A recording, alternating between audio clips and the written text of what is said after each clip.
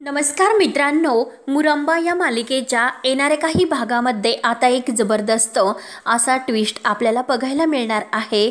आपण ज्या दिवसाची अगदी आतुरतेने वाट बघत होतो की रेवा आणि अक्षय रमाच्या आयुष्यातून कधी निघून जाणार आहे, तो क्षण आत्ताच मालिकेत आपल्याला अगदी बघायला मिळालेला आहे। अक्षय आणि रमाने गनिमी कावा करत रेवाला आता कायमचं खडी फोडण्यासाठी जेलमध्ये पाठवलं। एवढंच नाही तर रेवाच्या आईने सुद्धा फसवणुकीने घेतलेली रमा अक्षय मुकादमची सर्व काही प्रॉपर्टी आता परत सुद्धा मुकदमांना देऊन टाकली। त्यामुळे आता रमा आणि अक्षय रेवाला हरवून स्वतःची बाजी मात्र त्यांनी जिंकलेली असते। परंतु आता सर्व काही अगदी आनंद असताना आता मालिकेला एक भयानक वळणावर नेऊन पोहोचत आहे।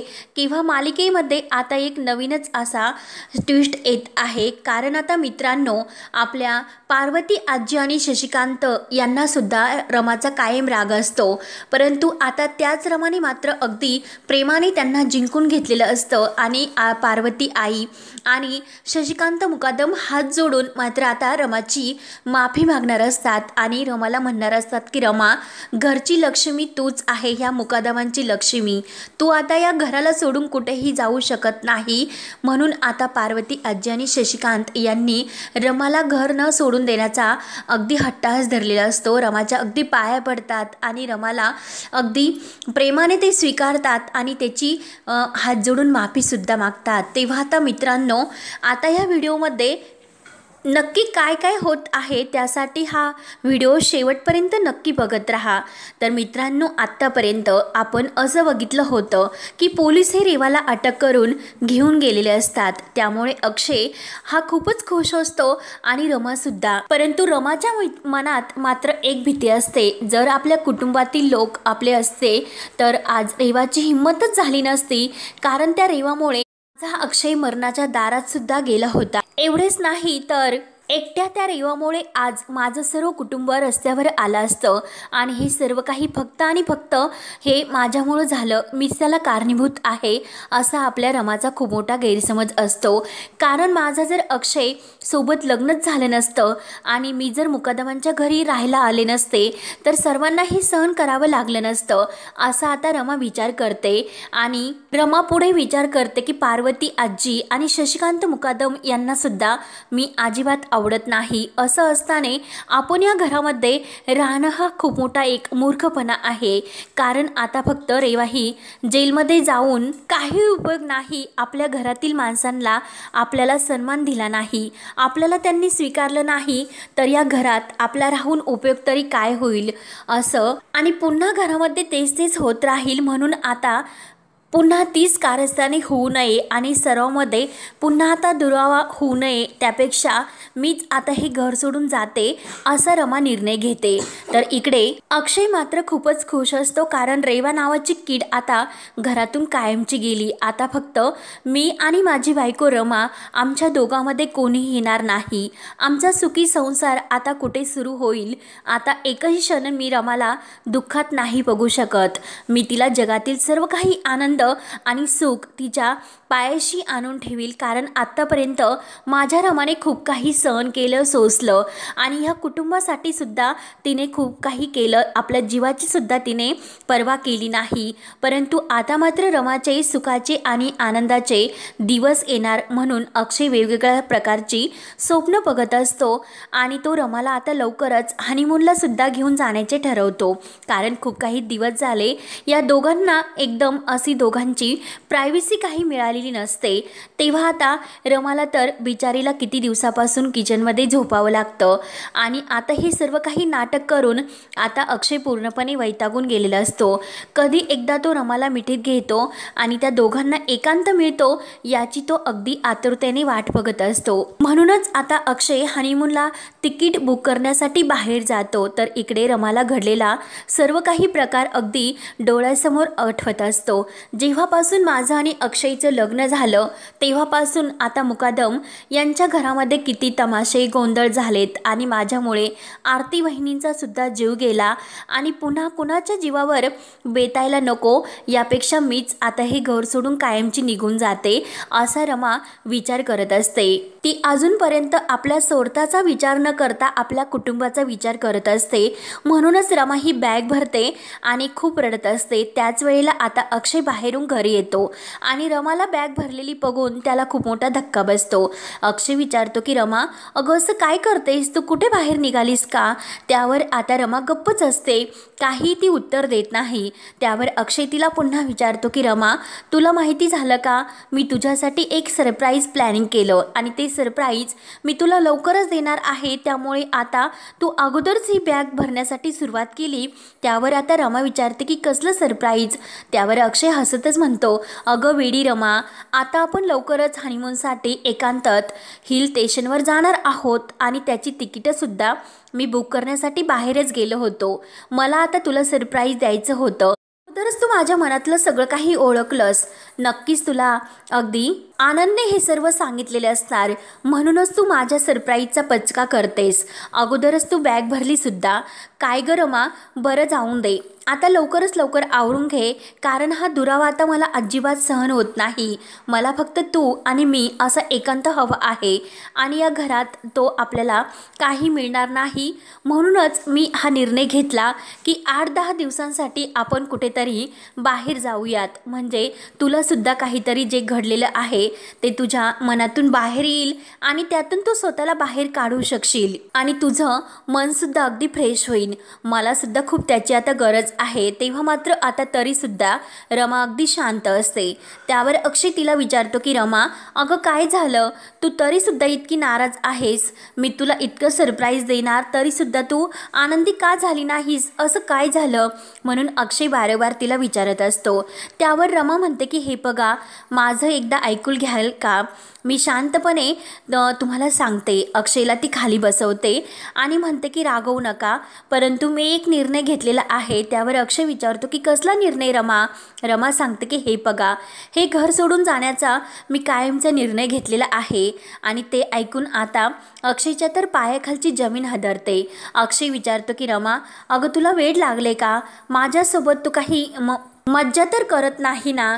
त्यावर रमा म्हणते की नाही, मी ह्या गोष्टीवर खूप विचार केला आणि मगच मला समजलं, जर मुकादम फॅमिली आपल्याला आनंदी ठेवायची असेल आणि पुन्हा हा भयानक प्रसंग आपल्याला येथे कधीच घडू नये, घरावर कुठल्याही प्रकारचे संकट येऊ नये असं जर आपल्याला वाटत असेल, तर आपल्याकडे फक्त एकच पर्याय आहे, ते म्हणजे आपण आता दोघांनी वेगळं होणं. कारण आत्तापर्यंत जे काही झालं ते फक्त माझ्यामुळे, आपण दोघं एकत्र असल्यामुळे. जर आपण दोघे एकत्र नसतो तर सर्वजण सुखात आणि आनंदात राहत असते. ती रेवासुद्धा जाताने काय बोलून गेली माहिती आहे ना? आठवा. जरा जेलमधून बाहेर आल्यानंतर ती पुन्हा आपला बदला घेणार, परंतु आता मात्र माझी कॅपॅसिटी पूर्णपणे संपली. मी पुन्हा ते सर्व काही नाही सहन करू शकत. मला फक्त आता तुम्हाला आनंदी बघायचं आहे. त्यामुळे प्लीज तुम्ही मला माफ करा, परंतु आपण वेगळे होऊयात. जसं आरती बहिणीच्या जीवावर बेतलं तसं आता घरातील कोणावरही हे संकट येऊ नये. आणि जर त्या दिवशी देवकृपेने तुम्ही वाचला नसता तर आज मला कुठले दिवस आले असते याचा तुम्ही विचार केला का? त्यामुळे आता इथून पुढे सुद्धा मी तुमचा असा जीव संकटात नाही टाकू शकत. माझ्यामुळे या घरामध्ये सतत वाद होत असतात आणि आता ह्या सगळ्याचा खरंच मला अगदी कंटाळा आला. म्हणून हे घर सोडून मी माझ्या आईच्या घरी राहायला जाते. रमाचे ते बोलणे ऐकून मात्र अक्षय पूर्णपणे हादरतो. तो रमाला समजून सांगण्याचा पूर्णपणे प्रयत्न करत असतो. तू जर मला सोडून गेली तर मी काय करू? रमा, अगं मी तुझ्याशिवाय नाही जगू शकत, मी तुझ्याशिवाय अपूर्ण आहे. तेव्हा आपण हे सर्व मिळून कशासाठी केलं? ती रेवा जेलमध्ये तर आता गेली आणि आता नक्की तुला असा काय प्रॉब्लेम आहे? त्यामुळे आपल्या आयुष्यातील प्रॉब्लेमसुद्धा आता दूर झाला. तेव्हा आता प्रश्न राहिला तो शशिकांत मुकादम आणि आजी या दोघांचा. आपण त्यांना हँडल करूयात. तेव्हा आता आजीला सुद्धा तिची चूक मात्र समजली असते. मला तर असं वाटतंय रमा, तू कधीपासून असा विचार करायला लागलीस? अगं तूच आत्तापर्यंत मला धीर देत आलीस आणि इथपर्यंत मी येऊन पोहोचलो, नाहीतर त्या रेवाने कधीच मला संपवलं असतं. अगं रमा, तूच मला कायम शिकवते की रडायचं नाही तर लढायचं. मग आता तू अशी माघार का घेतेस? आता तर सगळं काही ठीक झालेलं आहे. तेव्हा आता रेवासुद्धा आपल्या आयुष्यातून कायम त्या जेलमध्ये गेलेली आहे. ती केव्हाही आता बाहेर नाही येऊ शकत. त्यामुळे आपण तशी व्यवस्थासुद्धा अगदी तिची केलेली आहे. आणि तू काय हा कसला वेडेपणा करतेस? अगं आता मलाच नाही तर घरातली प्रत्येकाला रमा तू या घरात हवी आहे. रमा अगं, तू माझा श्वास आहे. त्यामुळे आता मात्र मी तुला कुठेही नाही जाऊ शकत. मी तुझ्याशिवाय नाही जगू शकत. तेव्हा आता अक्षय रमाला खूप समजवण्याचा प्रयत्न करतोस, परंतु तरी सुद्धा रमा सर्व काही प्रसंग अगदी तिच्या डोळ्यासमोर येत असतो. म्हणून ती अक्षयचा काही विचार करत नाही आणि आपली बॅग घेते आणि लगेच हॉलमध्ये येते. तर इकडे शशिकांतला सुद्धा आपल्या वागण्याचा खूप असा पश्चाताप होत असतो की आपण सर्वांना किती त्रास दिला. एक माणूस म्हणून आपण हरलो, अगदी राक्षसासारखं वागलो हे आता त्याला कळून चुकलेलं असतं. परंतु मित्रांनो, वेळ निघून गेलेली असते पश्चातापाची. कारण आता शशिकांत समोर कोणताही पर्याय उरलेला नसतो. त्याचे कपटीचा जे काही त्याने कारस्थान केले, हा शशिकांतचा सर्व काही गुन्हा आता सर्व फॅमिलीसमोर नाही तर अख्ख्या मीडियासमोर आलेला असतो. शशिकांत तोंड काळं झालेलं असतं, कारण आता त्याला बाहेर तोंड दाखवण्याची सुद्धा लाज वाटत असते.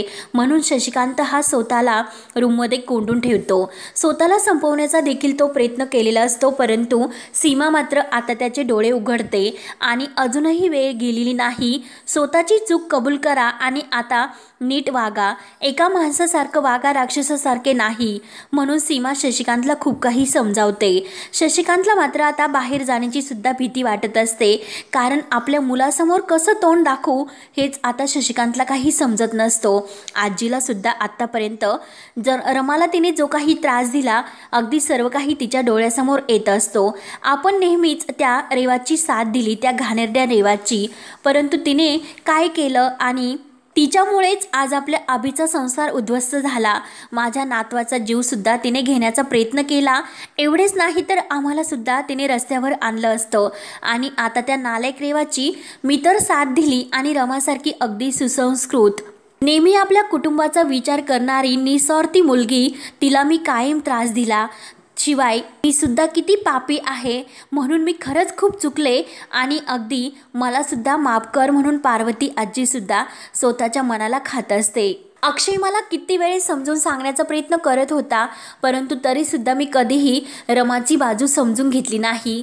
तिचा खरेपणा कधीही मी ओळखला नाही, कारण माझ्या डोळ्यावर त्या रेवा नावाच्या घाणेरड्या मुलीची पट्टी बांधलेली होती आणि त्यातच मी गुरफटत गेले. पण माझ्या श्रीमंतीचा मला पूर्णपणे गर्व चढला होता. परंतु एका दिवसामध्ये माझा सर्व काही तो माज उतरला. अक्षय रमाने मला खरेपणाचा आरसा दाखवून दिला. म्हणूनच आता पार्वतीला सुद्धा तिच्या वागण्याचा खूप पश्चाताप होत असतो. तिला वाईट वाटत असतं. आणि त्याच वेळेस मात्र रमा आपली बॅग घेते आणि बाहेर हॉलमध्ये येते. बाहेर तर सर्वजण जमलेले असतात आणि रमा बॅग घेऊन रडतच निघालेली असते. तेव्हा सीमाला हे बघून धक्का बसतो. सीमा विचारते की रमा, अगं कुठे निघालीस? त्यावर रमा सांगत असते की आई, अहो मी आज एक निर्णय घेतलेला आहे. तेव्हा सर्वजण अगदी आश्चर्याने रमाकडे बघायला लागतात. सीमा विचारते की काय ग, कसला निर्णय घेतला? अक्षय तेव्हा खूप ढसाढसा रडत असतो. त्याच्या डोळ्यातून अश्रूंच्या धारा काही थांबत नसतात, कारण रमा घर सोडून निघालेली असते. अक्षयचं सुद्धा ती काही ऐकायला तयार नसते. तेव्हा अक्षयच म्हणतो की आई, अगं बघ ना, रमा घर सोडून निघाली. तेव्हा आता आपल्याला सर्वांना सोडून ती चाललेली आहे. आई, तू रमाला समजाव ना, अगं ती किती वेडेपणा करत आहे. म्हणून अक्षय जोरजोराने हंबरडे फोडत असतो आणि तो खाली बसतो. पूर्णपणे आपली तो शुद्ध हरपलेला असतो. तेव्हा सीमा विचारते की रमा, अगं अक्षय काय म्हणतो हे, तू कुठे निघाली बॅग घेऊन? त्यावर रमा म्हणते की आई, अहो मी आज जो काही निर्णय घेतला तो सर्वांसाठी योग्य आहे, कारण मी आत्तापर्यंत खूप काही चांगलं वागण्याचा प्रयत्न केला.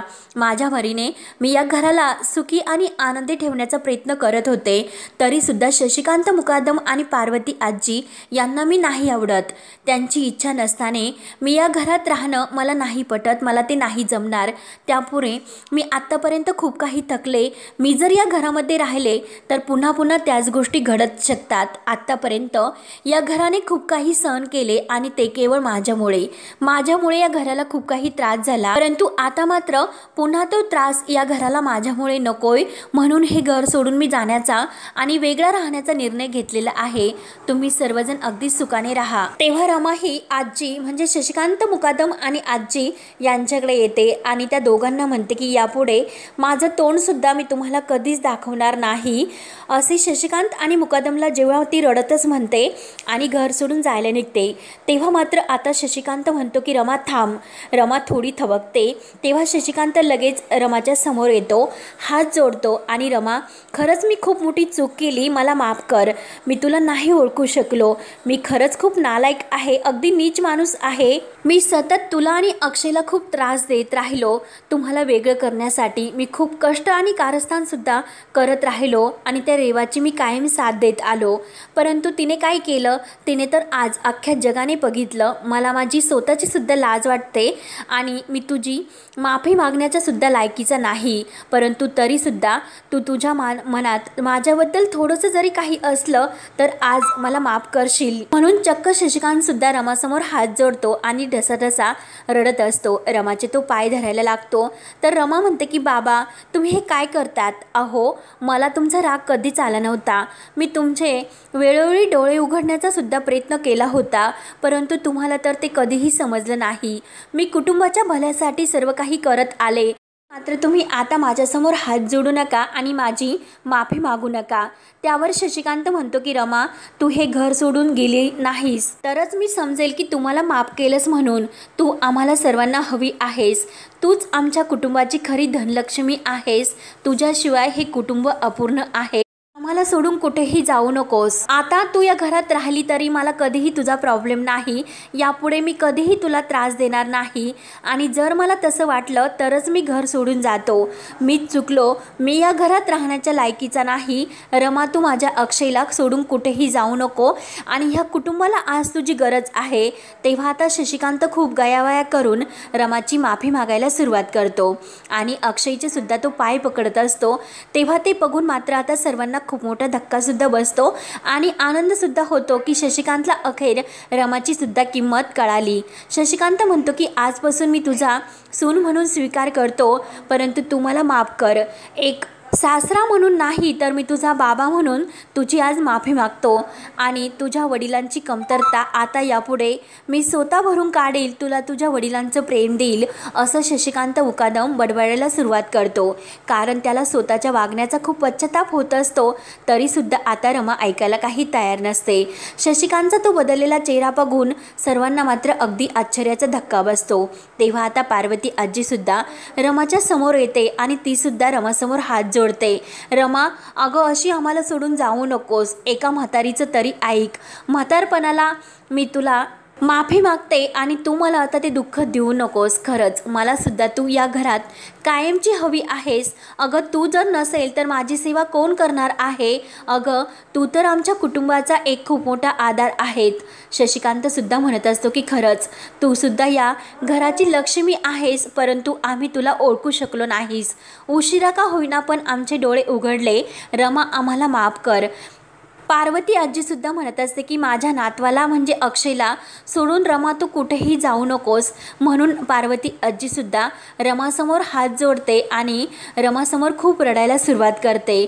आणि आता रमा अगं खरंच तू हे घर सोडून जाऊ नकोस. मी सुद्धा तुझी माफी मागते. तेव्हा आता पार्वती आजीसुद्धा अगदी खूप रमाच्या विनवण्या करायला सुरुवात करते. तेव्हा आता शशिकांत आणि पार्वतीला झालेला पश्चाताप बघून सर्वांना सुद्धा खूप आनंद झालेला असतो. परंतु अगदा अक्षयला मात्र खूप छान वाटत असतं की रमाने शेवटी अगदी प्रेमाने सर्वांना जिंकून तर घेतलंच, पण आज माझी रमा जिंकली म्हणून अक्षय आनंदाने वेडा होतो. तेव्हा रमासुद्धा खूप खुश झालेली असते.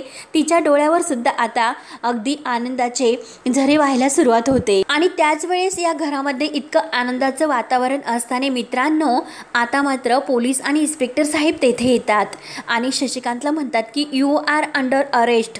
कारण रेवाला तुम्ही मदत केल्याप्रकरणी तुम्ही सुद्धा गुन्हेगार आहात आणि म्हणून आम्ही तुम्हाला ताब्यात घेत आहोत.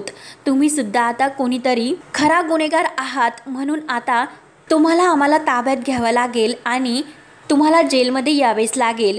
तेव्हा इन्स्पेक्टर साहेब असे सांगितल्यानंतर शशिकांतला मात्र बेड्या घालायला लागतात, परंतु रमा मात्र आता शशिकांतची बाजू घेत पुढे येते आणि इन्स्पेक्टर साहेबांना म्हणते की थांबा, माझे बाबा गुन्हेगार नाही, त्यांनी काही केलेलं नाही। रेवाने माझ्या बाबांना यामध्ये सर्वात अडकवलं आणि त्यांचा वापर करून घेतलात आणि त्याचा पुरावा तुम्हाला कालच सर्वांनी दिलेला आहे, म्हणजे त्या रेवाने तिने सर्वांच्या समोर अगदी सर्व काही सांगितलं की ड्रायव्हरचा खूनसुद्धा तिने स्वतः केलेला आहे आणि त्यात मात्र माझ्या शशिकांत मुकादम बाबा यांना अडकवलं। बाबांची यात काही चूक नव्हती, कारण ते कुटुंबासाठी सर्व काही आत्तापर्यंत करत होते। सर्व काही प्रॉपर्टी त्या रेवाच्या आईच्या ताब्यात गेली होती, म्हणून बाबांना म्हणजे शशिकांत मुकादम यांना हा निर्णय घ्यावा लागला होता। त्यांचा शेवटी नाईलाज होता आणि त्यांनी थोडी का होईना त्या रेवाची मदत केली होती, परंतु इन्स्पेक्टर साहेब आम्ही आमची कंप्लेंट मागे घेतो। आमचा शशिकांत मुकादम यांच्या विरोधात कुठलीही कंप्लेंट नाही, त्यामुळे तुम्ही त्यांना अटक नाही करू शकत आणि तुम्ही माझ्या बाबांना घेऊन कुठेही नाही जाऊ शकत, असं सर्वांसमोर रमा स्पष्टपणे सांगते।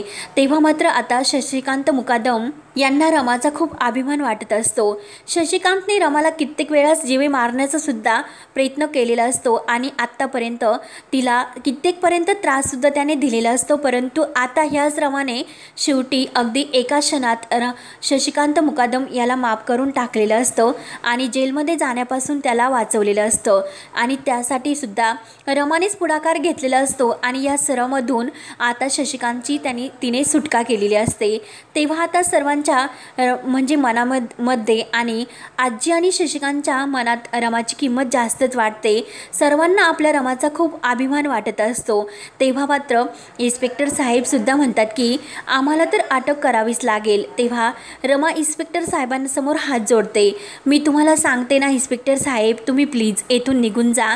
आमची गुन्हेगार होती ती फक्त रेवा, शशिकांत मुकादम नाही। आमची कंप्लेंट आम्ही मागे घेतो, अगदी स्पष्टपणे ती इन्स्पेक्टर साहेबांना सांगते। तेव्हा अक्षय मात्र पुढे येतो आणि अक्षय रमाला समजावतो, एकदा तरी ह्या माणसाला वटणीवर येऊन दे, त्याला जेलची हवा खाऊन दे, तरच तो वटणीवर येऊ शकतो। कारण अक्षयच्या मनात अजूनसुद्धा शशिकांत मुकादम विषयी खूप राग असतो, चीड असते।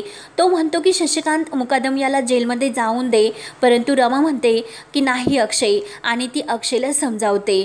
त्याचं ती काही ऐकून घ्यायला तयार नसते। शशिकांतला पोलिसांच्या तावडीतून रमा सोडवते, तर नाईलाजाने पोलीससुद्धा तेथून निघून जातात। तेव्हा शशिकांत मात्र खूप रडत असतो आणि रमा तुझे खरंच खूप उपकार झाले, रमाचे तो आभार मानत असतो। तेव्हा तर आता रमा ही घर सोडून जाण्याचा निर्णय मागे घेते। तेव्हा मात्र आता अक्षयला सुद्धा खूप आनंद होतो आणि अक्षय घाईने तिची बॅग बेडरूममध्ये नेऊन ठेवतो। तेव्हा आता घरात सर्वांना अगदी आनंद झालेला असतो। मुकादम फॅमिली अगदी एकत्र आलेली असते। सर्वजण अगदी एकमेकांबरोबर खूप खुश असतात आणि एकमेकांना प्रेमाच्या मिठ्या मारत असतात। तेव्हा अक्षय सुद्धा आपल्या रमाला प्रेमाची मिठी मारतो आणि विचारतो की रमा, आता तू हनीमूनच्या तिकिटाचा काय विचार केलास? तेव्हा पार्वती आजी म्हणते की काय करायचं म्हणजे काय, उद्याच्या उद्या तुम्ही दोघेजण तिकडे हनीमूनला जात आहात आणि लवकरात लवकर आम्हाला नातवंड पाहिजे।